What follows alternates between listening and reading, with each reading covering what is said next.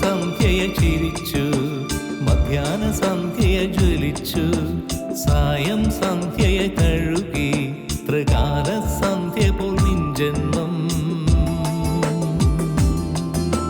നീ തൊട്ടുണർത്തി ഹൃദയ പൂക്കളിൽ നിറയുന്ന മധുവും മണവും അറിയാതെ ഒളിപ്പിച്ചു വെച്ചോ കാലം. നീ പോവുക നിൻ വഴിയേ, സഫലമീ യാത്ര, സഫലമീ യാത്ര. സ്വർഗദൂതിക നീ, ഭൂമിപുത്രി സർവം സഹേ. കർമ്മവീഥിയിൽ ഏകയാത്രിക സ്നേഹാദ്രേ, കർമ്മവീഥിയിൽ ഏകയാത്രിക സ്നേഹാദ്രേ.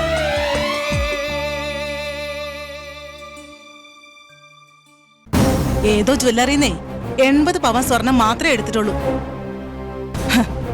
നമ്മുടെ നിലയ്ക്ക് ഞാനൊരു 200 പവനാ പ്രതീക്ഷിച്ചത്, അതും കിട്ടിയില്ല. ഞാൻ അവളുടെ സ്വർണത്തിന്റെ കണക്കൊന്നും ഇപ്പം നോക്കുന്നില്ല. പക്ഷേ കാറിന്റെ കാര്യത്തിൽ കാണിച്ചത് എനിക്ക് സഹിക്കാൻ പറ്റുന്നില്ല. ഒരു പുരാവസ്തു പോലെ അരുണിന് ആ കാർ വീടിന് മുന്നിൽ പ്രദർശിപ്പിക്കാം. എന്നിട്ട് കാണുന്ന എല്ലാരോടും പറയാം എനിക്ക് വിവാഹ സമ്മാനമായിട്ട് കിട്ടിയ കാറാണെന്ന്. അതെ, നിനക്കിനി ഇവിടെ എന്താ കാര്യം? ഓ, നീ നിന്റെ പണി നോക്കി പോയേ. ഓ, ഉത്തരം കിട്ടാത്തപ്പോഴേ കൊഞ്ഞനം കുത്തുന്ന ശീലം നിനക്കുള്ളതാ. നീ ചെന്നേ വണ്ടിയുടെ കണ്ടീഷൻ നോക്ക്.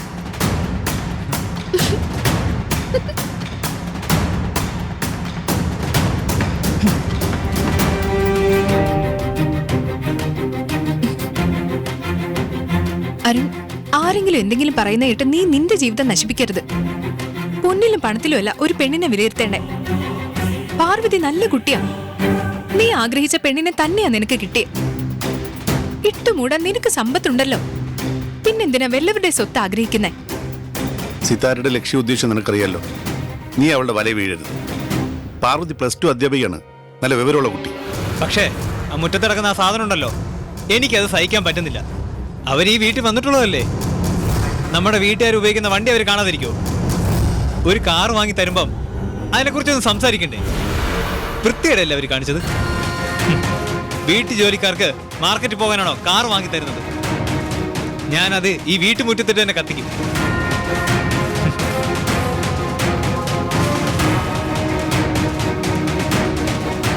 ഇത് നേരെ ചൊവ്വേ പോകുമെന്ന് എനിക്ക് തോന്നുന്നില്ല മല്ലികേ.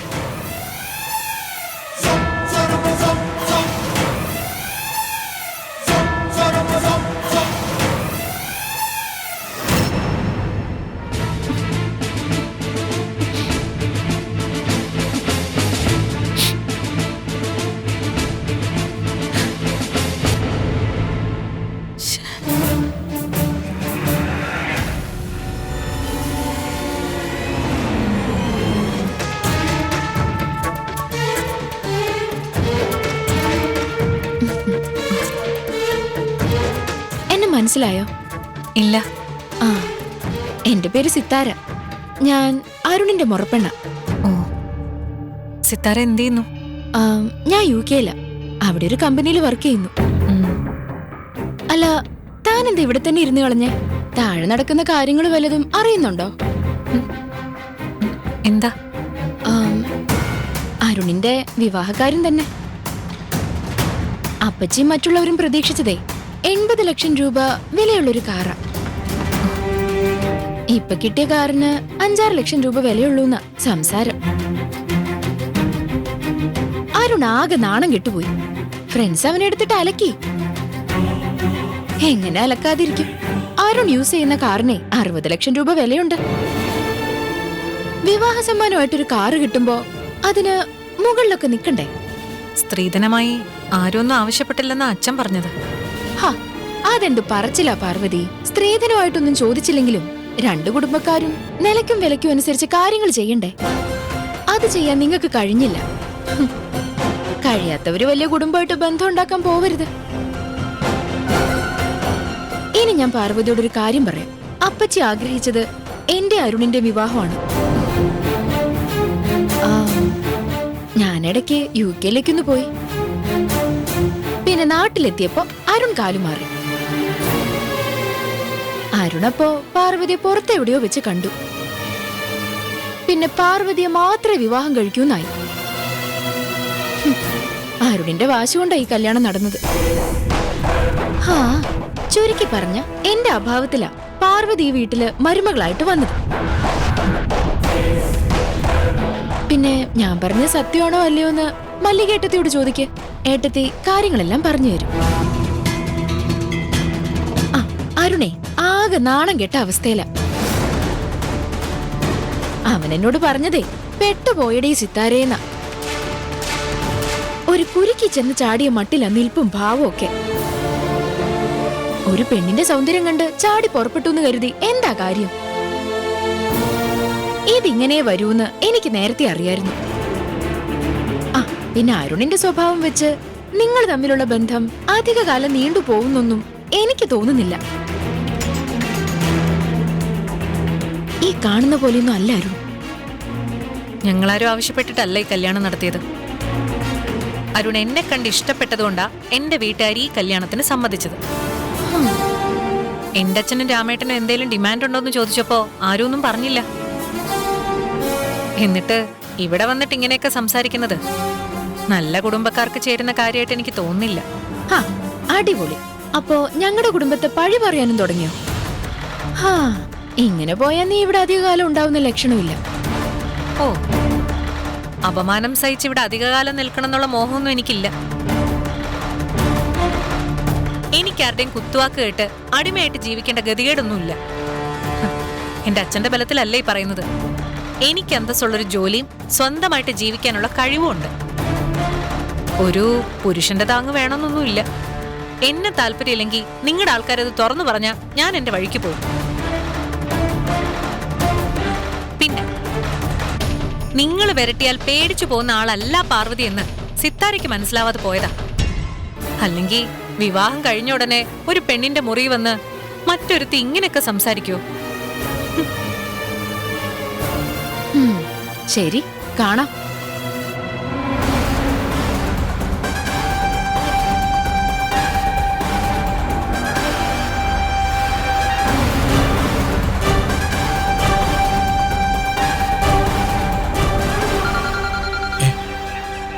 ഹേമാംബികയാണല്ലോ വിളിക്കുന്നത്. എന്താണാവോ? ഓ, ഇനി അങ്ങോട്ട് പോകുന്ന കാര്യം സംസാരിക്കാനാവോ?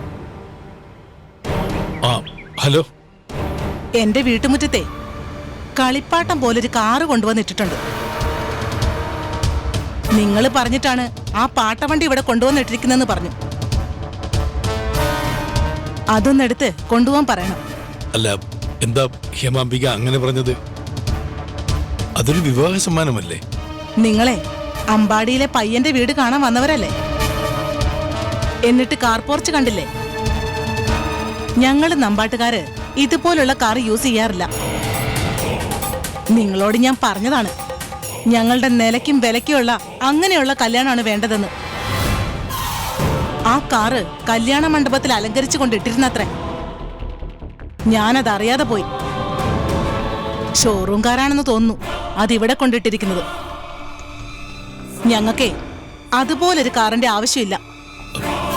എത്രയും പെട്ടെന്ന് ആ കാർ ഇവിടുന്ന് മാറ്റണം. ഇല്ലെങ്കിലേ ഞാൻ വല്ല ആക്രിക്കാരെയും വിളിച്ചു കൊടുക്കും. അയ്യോ, അത്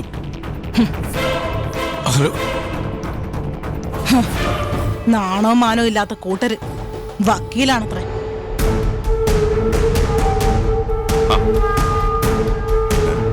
എന്താ രാമനാഥ മുഖം വല്ലാതിരിക്കുന്നത്? അത് ഹേമാംബിക വിളിച്ചിരുന്നു. ആ, അങ്ങോട്ട് പോകുന്ന കാര്യമാണോ? അത് നമുക്ക് ഉടനെ പുറപ്പെടാം. ഞാനത് പറഞ്ഞില്ലേ? അങ്ങോട്ട് പോകുന്ന ചടങ്ങ് ഒഴിവാക്കുന്ന നല്ലത്. കാര്യങ്ങളാകെ തകിടം പറഞ്ഞു. ആ, അതെന്താ അങ്ങനെ പറയാ? നമ്മള് വിവാഹ സമ്മാനമായി കൊടുത്ത കാറ് ഒരു കളിപ്പാട്ടമാണെന്നാണ് ഹേമാംബിക ഇപ്പം എന്നെ വിളിച്ചു പറഞ്ഞത്. അത് എത്രയും പെട്ടെന്ന് എടുത്ത് മാറ്റാൻ, അല്ലെങ്കിലേ അവരേതെങ്കിലും ആക്രിക്കാർക്ക് എടുത്ത് കൊടുക്കുന്നു. എടോ, അവർ പ്രതീക്ഷിച്ചത് 50-60 ലക്ഷത്തിന്റെ കാറാണ്. പ്രശ്നങ്ങൾ ഓരോന്നോരോന്നായി വരുന്നു. എനിക്കാണെങ്കിൽ ഒരു രൂപമില്ല. ദേ, ഞാൻ മുമ്പേ ചോദിച്ചതാണ് ഇത് നമ്മുടെ കയ്യിൽ നിൽക്കുമെന്ന്. ഓ, അപ്പൊ പിന്നെ താൻ ആത്മവിശ്വാസം കാണിച്ചു.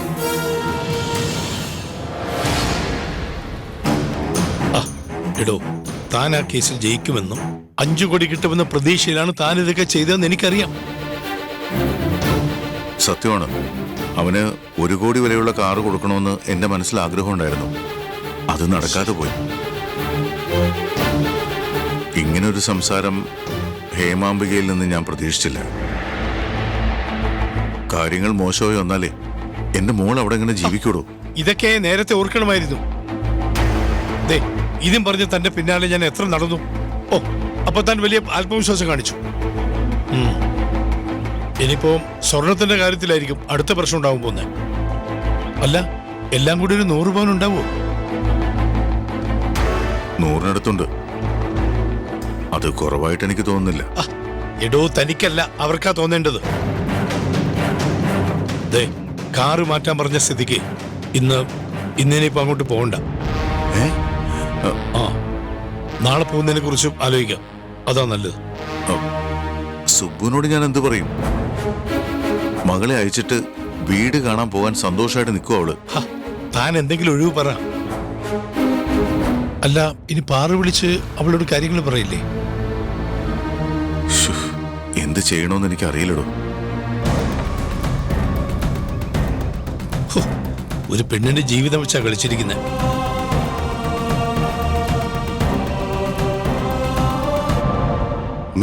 ഇങ്ങനൊരു തീരുമാനം വേണോ? വേണം. എനിക്കത് അറിഞ്ഞേ പറ്റൂ. അല്ലാതെ എനിക്ക് മനസമാധാനം കിട്ടില്ല.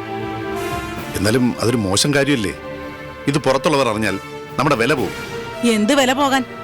ഉള്ള മാനമൊക്കെ പോയില്ലേ? ഇപ്പൊ സംഭവിച്ച അപമാനത്തിനപ്പുറം ഇനി എന്ത് മാനക്കേടാ ഉള്ളത്? നാണം കെടുത്തിയില്ലേ കള്ളക്കൂട്ടങ്ങള്. നരേട്ടൻ വരില്ലേ? നീ വിളിച്ചായിരുന്നോ? അച്ഛൻ അത്യാവശ്യമായി ഒരു ബിസിനസ് മീറ്റിംഗിന് പോയി. അല്ല, എന്താ അപ്പച്ചി കാര്യം? എനിക്കൊരു കാര്യം അറിയണം. ഇല്ലെങ്കിലേ ഇന്ന് എനിക്ക് രാത്രി ഉറങ്ങാൻ പറ്റില്ല. അല്ല, കാര്യം എന്താന്ന് പറ അപ്പച്ചി. അവൾ അണിഞ്ഞുകൊണ്ട് വന്ന ആഭരണങ്ങളില്ലേ, അത് എത്ര പവനുണ്ടെന്ന് എനിക്ക് അറിയണം. അമ്പാടിയിൽ വധുവായിട്ട് വന്നു കയറിയ ഒരു പെണ്ണിന്റെ ആഭരണം തൂക്കി നോക്കുന്നതേ നാണം കെട്ട പരിപാടിയാ. സിതാരെ, നീ ഇതിന് കൂട്ടുവയ്ക്കരുത്. അമ്മേ, എന്താ അമ്മ ഈ പറയുന്നേ? ദേ, നീ മിണ്ടിപ്പോവരുത്. അരുണിനെ കൊണ്ട് കാര്യങ്ങൾ ഇവിടെ കൊണ്ട് എത്തിച്ചത് നീയാണെന്ന് എനിക്കറിയാം. എനിക്കറിയാം ഇനി എന്ത് ചെയ്യണമെന്ന്. അരുൺ അവന്റെ പിടിവാശിക്ക് നടത്തിയ വിവാഹമല്ലേ? പിന്നെ അരവിന്ദേട്ടൻ പറയും പോലെ ഇനി നമ്മള് ബഹളം ഉണ്ടാക്കിയിട്ട് കാര്യമൊന്നുമില്ല. അല്ല, അരുൺ എവിടെ? അവനല്ലേ ഇതിന് അഭിപ്രായം പറയേണ്ടത്? അവൻ കൂട്ടുകാർക്കൊപ്പം പുറത്തുപോയി. അരുൺ ഓടിപ്പോയോ? നല്ല കാര്യമായി. സിത്താരെ, നീ അച്ഛനെ വിളിച്ചതൊന്നും തടയി. എടുത്ത് ധൈര്യമായിട്ടിരിക്കേ, ഞാൻ അച്ഛനെ വിളിച്ച് പറയാം.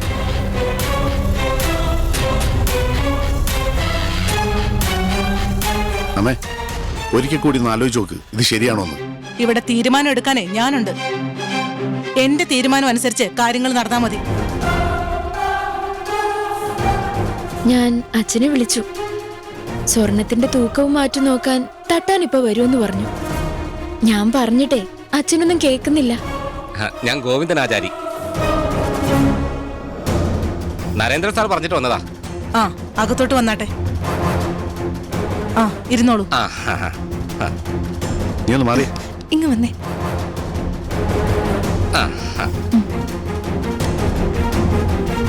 അതെ, എന്റെ മകനെ ഒരു വിവാഹം കഴിച്ചിരുന്നു. ആ പെൺകുട്ടിയുടെ ആഭരണങ്ങൾ എത്ര പവനുണ്ടെന്ന് അറിയണം. അതിന്റെ മാറ്റം അറിയണം. അതിനെന്താ, ചെയ്യാലോ. ആ, നീ അവളെ ഇങ്ങോട്ട് വിളിക്കേ. ആഭരണം കൊണ്ടുവരാൻ പറയും.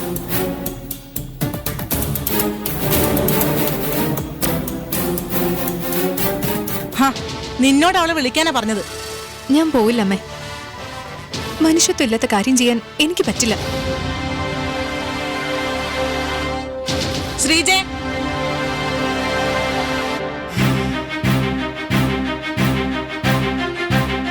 ആ, നീ ചെന്നേ പാർവതിയോട് സ്വർണ്ണമെല്ലാം എടുത്ത് താഴേക്ക് വരാൻ പറയേ.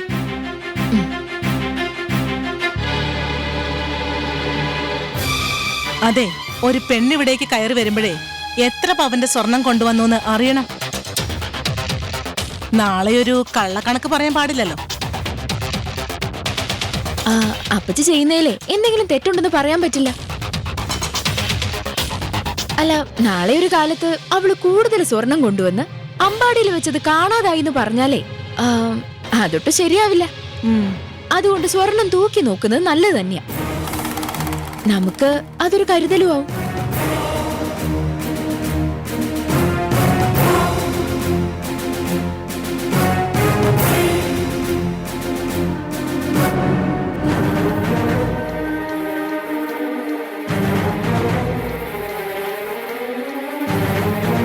നിന്നെ വിളിപ്പിച്ചതേ മറ്റൊന്നിനുമല്ല. ഈ കുടുംബത്തിൽ ഒരു പെൺകുട്ടി വന്ന് കയറിയാൽ അവൾ എന്തൊക്കെ കൊണ്ടുവന്നുവെന്ന് ഞങ്ങൾക്കൊരറിവുണ്ടാകണം. മല്ലികയുടെ കാര്യത്തിലും ഞങ്ങൾക്കതുണ്ടായിരുന്നു. ദേ, നീ കൊണ്ടുവന്ന ഓർണമെന്റ്സിന്റെ കണക്കേ ഞങ്ങൾക്കറിയണം. നാളെ ഒരു കാലത്ത് അത് മാറ്റി പറയാൻ പാടില്ല. അപ്പോ ജീവിക്കാനല്ലേ അമ്മേനെ ഇവിടെ കൊണ്ടുവന്നത്? ജീവിക്കാൻ തന്നെയാ കൊണ്ടുവന്നത്. എങ്കിലും നീ എന്തു കൊണ്ടുവന്നുവെന്ന് ഞങ്ങൾ അറിഞ്ഞിരിക്കണമല്ലോ. ശ്രീജയ്, നീ അത് അങ്ങോട്ട് കൊടുക്ക്. ദാ.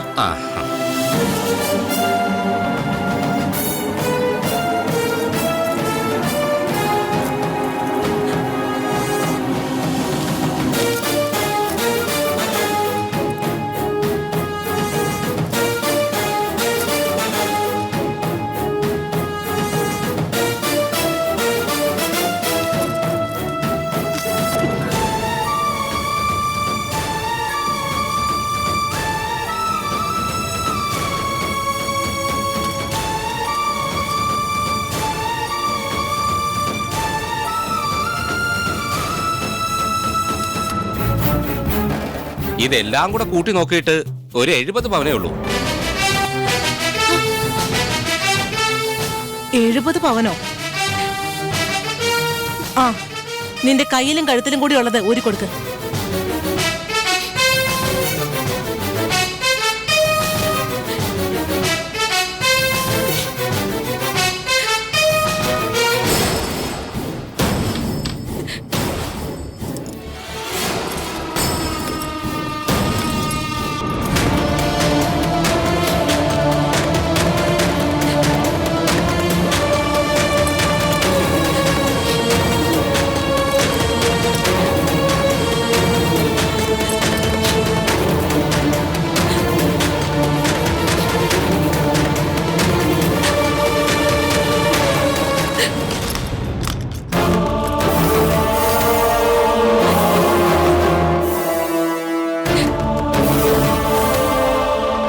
ഇതെല്ലാം കൂടെ കൂട്ടി നോക്കിയിട്ടേ ഒരു 88 പവനേ ഉള്ളൂ.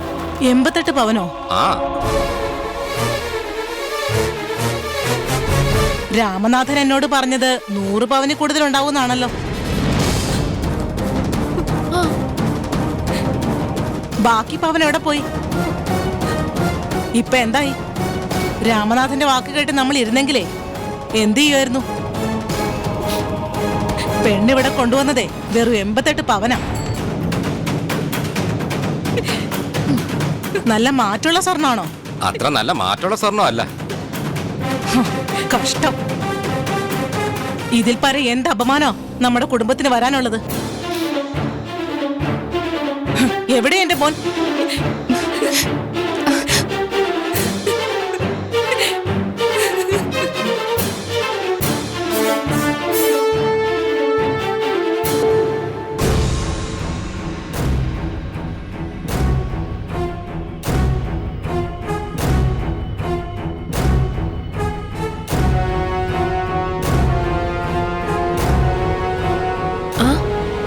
രാജേട്ടൻ ഇവിടെ വന്ന് നിൽക്കായിരുന്നോ? നമ്മളിപ്പോഴും അങ്ങോട്ട് പോകുന്നേ. ഗൃഹപ്രവേശം കഴിഞ്ഞ കാര്യമൊക്കെ മോളെന്നെ വിളിച്ച് പറഞ്ഞിരുന്നു. അത് നമുക്ക് നാളെ പോകുന്ന കാര്യം ആലോചിച്ചാൽ മതി. അരുണിന് പെട്ടെന്ന് എന്തോ തിരക്ക് വന്നു എന്നൊക്കെ അറിഞ്ഞു. മോളെ വിളിക്കുന്നേ. ആ മോളെ,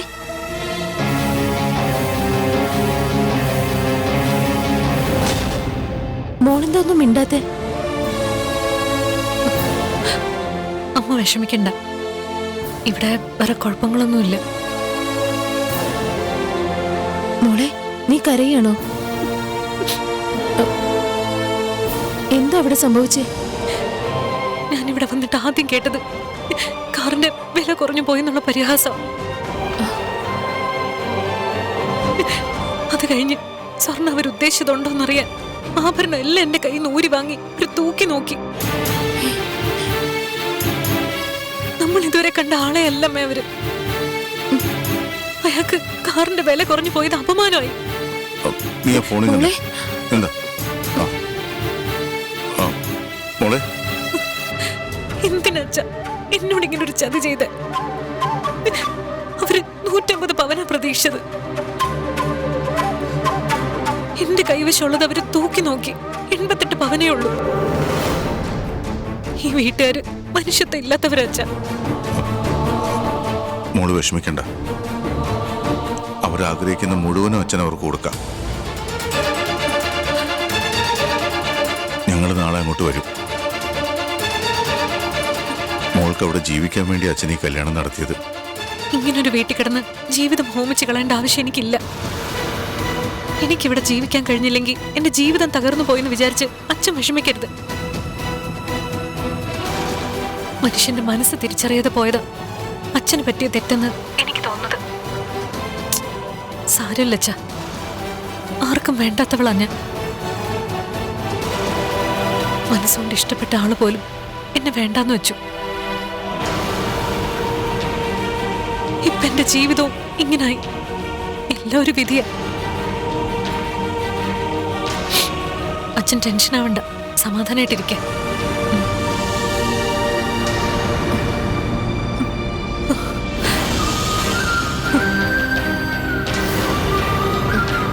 രാജേട്ടാ, മോള് എന്താ ഈ പറയുന്നേ? അവളിനെ എന്താ ചെയ്യാ?